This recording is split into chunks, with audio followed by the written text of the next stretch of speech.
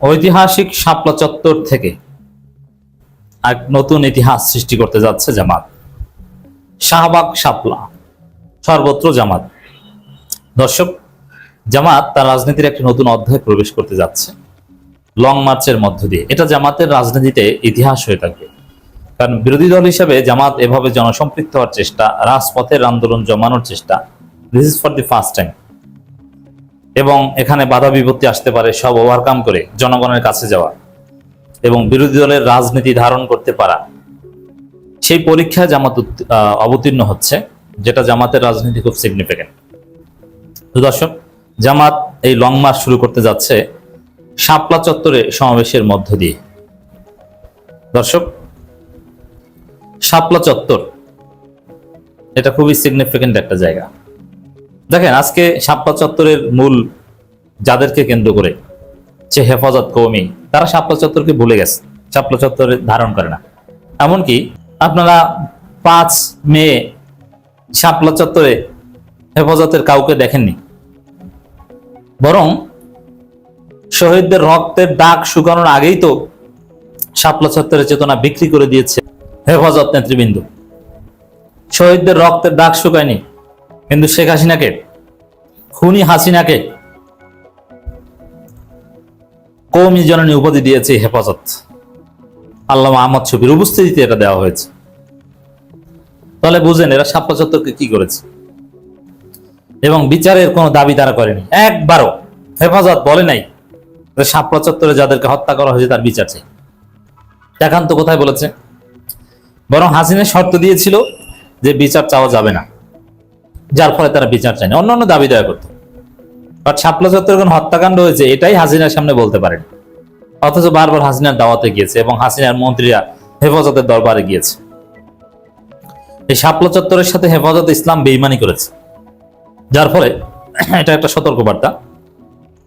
এই হেফাজতীদের ডাকে জনগণের কখনো সাড়া দেওয়া উচিত না, কারণ আপনার রক্ত বিক্রি করে দিবে তারা, সেটা দিয়েছে।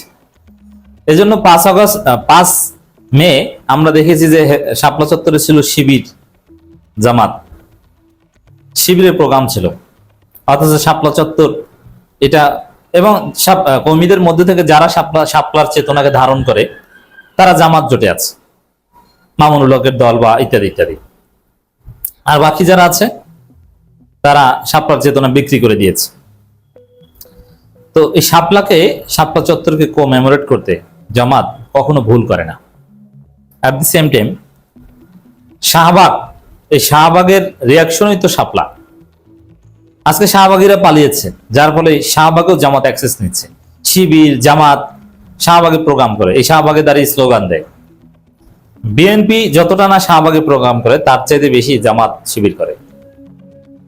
এই শাহবাগে শিবিরের ছেলেরা নামাজ পড়ে প্রোগ্রামে, এই শাহবাগে কোরআন তেলাওয়াত হয়। শাপলা শাহবাগ দুই জায়গায় জামাত শিবির। আর কওমি হুজুরেরা, হেফাজতিরা একটা অংশ, তারা শাপলাকে বিক্রি করে দিয়েছে, শহীদদের চেতনা বিক্রি করে দিয়েছে।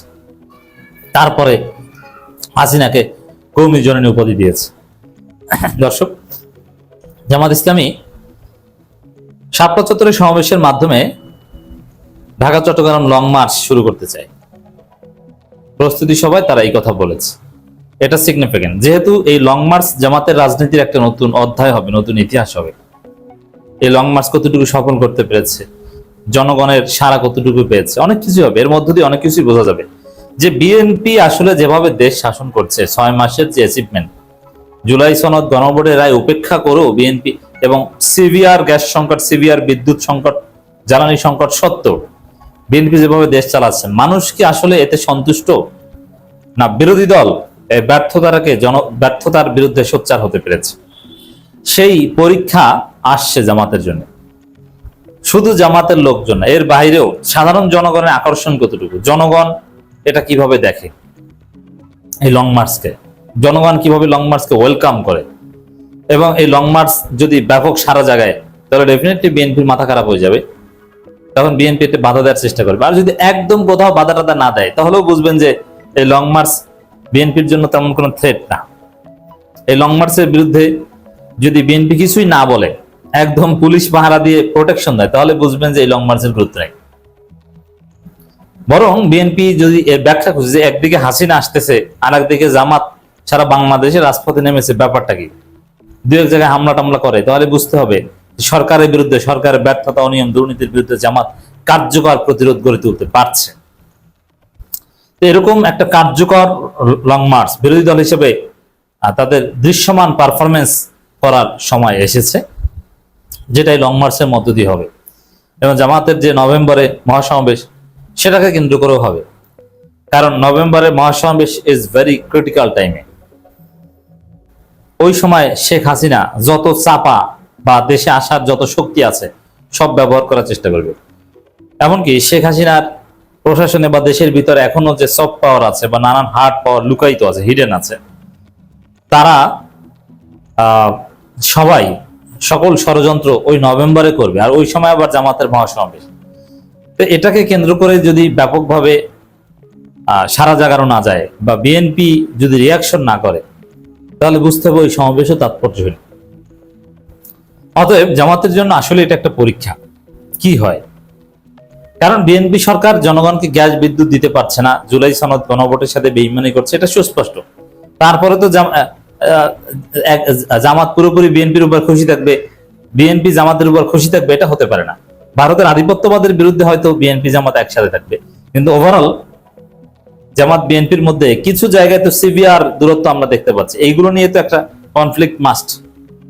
হ্যাঁ, বিএনপি যদি এর মধ্যে ভালো হয়ে যায়, পরিস্থিতি সামাল দিতে পারে, পরিস্থিতি উন্নতি ঘটাতে পারে, দ্যাটস ডিফারেন্ট। বাট জামাতকে কার্যকরভাবে বিরোধিতা করে দেখিয়ে দেওয়ার একটা সময় এসেছে।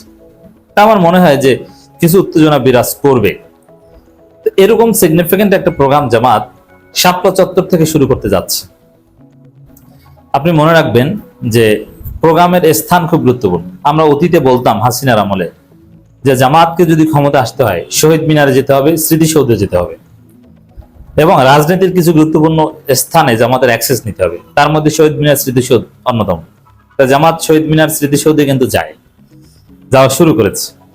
এরপরে লোকাল জামাতকে আমরা বলতাম, এখনো বলি, আপনি প্রোগ্রাম করবেন প্রেস ক্লাবের সামনে, আপনাকে অ্যাক্সেস নিতে হবে।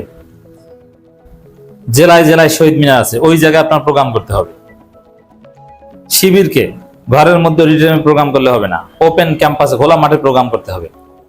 শহীদ মিনার সামনে, প্রত্যেকটা ক্যাম্পাসে শহীদ মিনার আছে, ওই জায়গায় শিবিরকে দাঁড়িয়ে বক্তব্য দিতে হবে। শিবিরকে রাজু ভাস্কর্য, অপরাজেয় বাংলা বা এরকম গুরুত্বপূর্ণ জায়গায় দাঁড়াতে হবে। এই কথাগুলো আমরা বলতাম। তো দর্শক, জামাত সেই স্থানগত যে জায়গা এটা ধারণ করছে, তার মধ্যেই একটা গুরুত্বপূর্ণ স্থান হচ্ছে শাপলা চত্বর এবং শাহবাগ। জামাত নানানভাবে এই দুই জায়গাকে ধারণ করার চেষ্টা করছে।